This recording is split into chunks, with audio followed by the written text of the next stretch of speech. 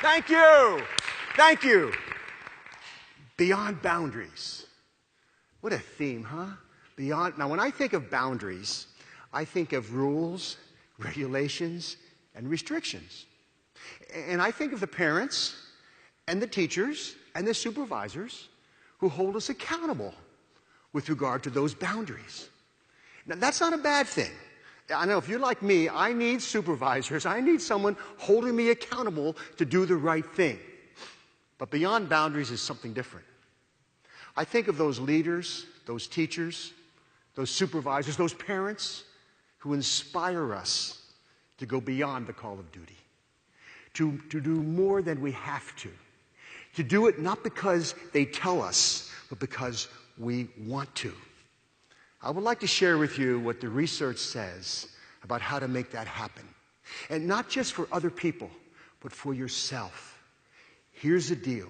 How can we inspire people and ourselves to be self-motivated? There's another word. It's called empowerment. You've heard that word, right? Now, the management definition of empowerment is get her done. Just get her done. With fewer resources and less time, I empower you. Make it happen. I'm talking about feeling empowered. That's different.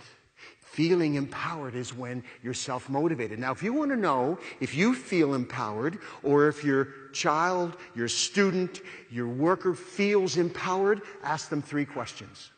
And if they say yes to these 3 questions, they will feel empowered. And by the way, this is not based on common sense. It's based on research. But you've all been there, so it'll feel like common sense. Question number 1, can you do it? Albert Bandura calls it self-efficacy. Do you believe you can do it? Do you have the time, the knowledge, and the training to do what we're asking you to do? If you answer yes, good. Second question, will it work? Do you believe that we're asking you to do the process will work? Albert Bandura calls that response efficacy, believing that the behavior will lead to the ultimate outcome. By the way, that takes education, right? We have to show them the data. We might show them some theory. We show them, teach them why this might work. I just used the word education. Earlier, I used the word training. Is there a difference? In elementary school, we call it education. Middle school, education. High school, education. College, higher education. Then you go to industry. What do you call it? Training. You have your training department. There must be a difference. Well, you know the difference. Do you want your kids to have sex education or sex training? And your kids might answer the question differently. Because you know that training means you do the behavior and you get feedback. That's powerful. Powerful. Have you ever heard this word, online training? It's an oxymoron, isn't it? I mean, training is watch the behavior. Online training, it's like plastic silverware, jumbo shrimp, legal brief, country music. I mean, it doesn't work. Okay, so if you answer yes to it will work. Third question, is it worth it? So we've had a training question, we've had an educational question. This is the motivational question. Do you believe the consequences? This is about consequences. B.F. Skinner taught us this, selection by consequences. Dale Carnegie quoted B.F. Skinner and said, from the day you were born, everything you did was because you wanted something for doing it. Consequences. Is it worth it? So you have to convince people that it's worth it. Now, by the way, if you answer yes to those 3 questions, you feel competent. Am I right? You feel competent at doing worthwhile work. You've all been there. When you feel competent at doing worthwhile work, you're more likely to be self-motivated. You've been there. No one has to be looking over you. You feel. Now, here's the challenge, leaders, teachers. How do you inspire people to feel competent? Well, you give them feedback. You give them recognition. You show them they are competent. Okay, I got one more, another C word. choice. Your common sense will tell you. When you believe you have a sense of autonomy, a sense of choice in what you're doing, you feel more self-motivated. B.F. Skinner taught us that too. In his book, Beyond Freedom and Dignity, way back in 1971, reading that book changed my life because I realized that I am controlled by consequences. But sometimes I don't feel controlled. When I'm working for a pleasant consequence, it feels good. It feels like I'm working to get something. When I'm working to avoid an aversive consequence, I feel controlled. That's called negative reinforcement. So here's a challenge, leaders. How do we get people to become success seekers rather than failure avoiders? First day of introductory psychology class. I teach 2 classes of 600 students. Maybe some of you have been in that class. And remember, the first day I say, how many are here to avoid failure? And 80% raise their hand. And I say, well, thanks for coming. I know you're motivated, but you're not happy campers. You probably told your friends, I got to go to class. It's a requirement. Not I get to go to class. It's an opportunity. You probably woke up to an alarm clock, not an opportunity clock. And it's all in how you see it. Really, it's all in how you see it. It's your paradigm. It's how you communicate to others and how you communicate to yourself. So Ellen Langer said in her book, Mindfulness, she said, and psychologists know, when you perceive choice, you perceive motivation. You're more motivated. So the deal is, for yourself, sit back and reflect. Be mindful of the choices you have. And talk about being a success seeker rather than a failure avoider. It's all how you talk, how you communicate to yourself and to others. I've got a 4th C word, community.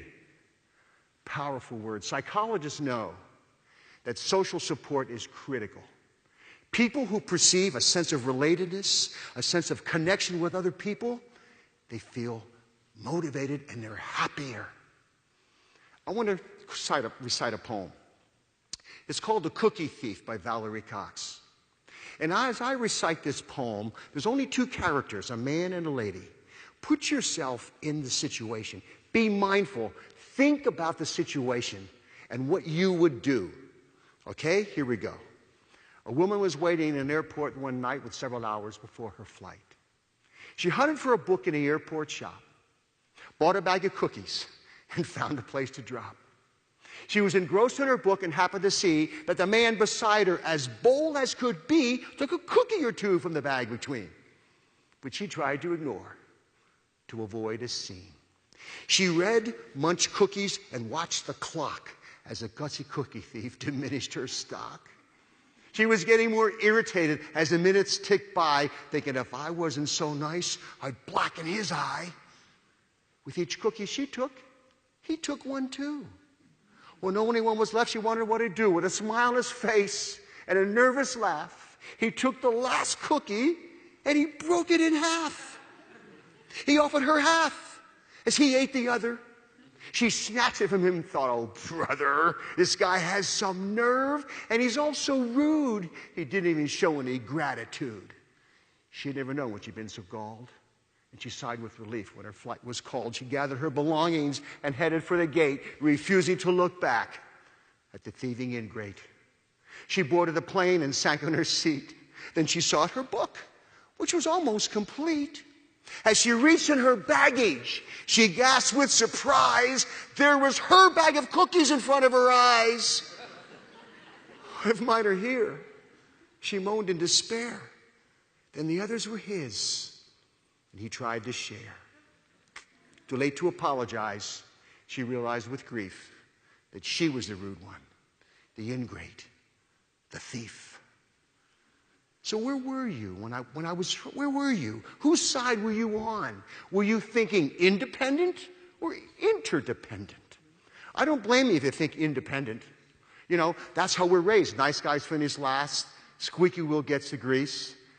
Got to blow your own horn. You know, independent. We come in this life of ours dependent to others, and then we can't wait to become teenagers. You know, we're too old to do what kids do, too young to do what adults do, so then we'll do what nobody else would do to assert our independence. And some of us get stuck there. We're stuck. I'll do it myself. I don't need you. Not good. We need each other. We have to have each other's back. We need a sense of community. This independence culture that we got to move to interdependent. Okay, 4 C words that can fuel self-motivation and I think can fuel actively caring for people. Let me tell you a story to put it all together. It happened over 60 years ago. I remember it like yesterday. My parents asked me, "Hey, Scott, how'd you like to get drum lessons? How'd you like to play the drums?" Oh, man, would I ever? I'm thinking of Buddy Rich and Gene Krupa. Most of you guys don't know those names, but they were the drummers. In those days, the drum was in the front of the band. They had white pearl drum sets, and I saw myself. That was my vision. I had a vision, consequences, that was my vision, and I said, yeah, I want to take drum lessons. So the teacher would bring his drum and set next to mine. I didn't have a nice drum like this. My parents bought me a beat-up old drum at an auction, and they said to me, if you get better, if your teacher tells us you're getting, they're holding me accountable. Teacher says you're getting better, we'll get you a better snare drum, and then a bass drum, and then some cymbals, and that was my vision, and that kept me going, consequences. So the teacher would come in, and he would show me stuff. You know, this is how left hand, this is how Buddy Rich plays with his left hand and his right hand, and they would just do things like a flam. Can you hear that in the back? You okay? And this is a rim shot. He would show me stuff. I was just 10 years old, remember? And when he showed me stuff, I thought, wow. He showed me this little simple drum beat. Watch me, Scott. Watch this. And I practiced it. And I did it. I'm feeling competent. He showed me a paradiddle. Listen, paradiddle, paradiddle. And he said, you go home and you practice. Next week I want to see your paradiddle. And I said, watch this. And I'd say, watch this. He said, that's a double paradiddle. We didn't get there yet. I'm reading ahead. Because I'm self-motivated. I feel competent. I'm walking through Muhlenberg High School, Allentown, Pennsylvania, and I see the music teacher, and he says, I hear you're learning to play the drums. I said, yeah, and I'm getting good. He said, you can march in the band. You can be the snare drummer. Whoa, that felt good. Another vision. Then the teacher comes into these were private lessons, by the way, $2. $2, that was a long time ago. She said, Scott, you ready to do a drum roll? I said, of course, I'm ready for a drum roll. He says, watch, Scott, here you go, watch this. Would you do that again? Scott, this is easy. Watch me.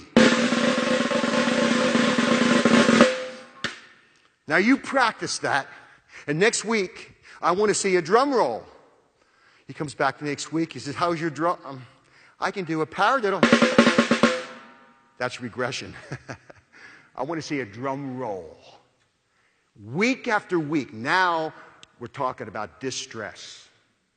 Now we're talking about apathy. Now we're talking about learned helplessness. That's what psychologists call it. I remember walking through that elementary school and seeing the music teacher, and he said, so, Scott, how you doing? How are the drums? Not so good. I can't do a drum roll. You know, like adults always say, never say can't.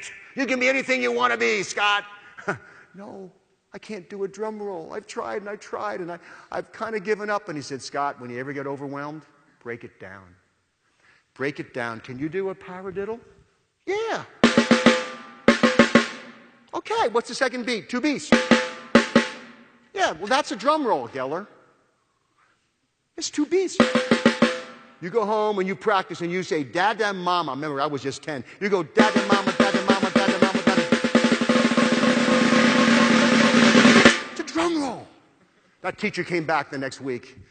Okay, Scott, I guess you can't do a drum roll. I said, watch this. He said, whoa, how'd you learn to do that? And I showed my teacher. I taught my teacher, 10 years old.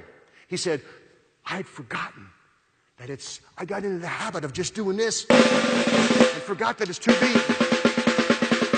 You taught me how to teach the drum roll, Scott. There's a lesson there. We can always learn from each other. We need to have the humility to accept feedback and the courage to speak up. And we need to help each other feel self-motivated.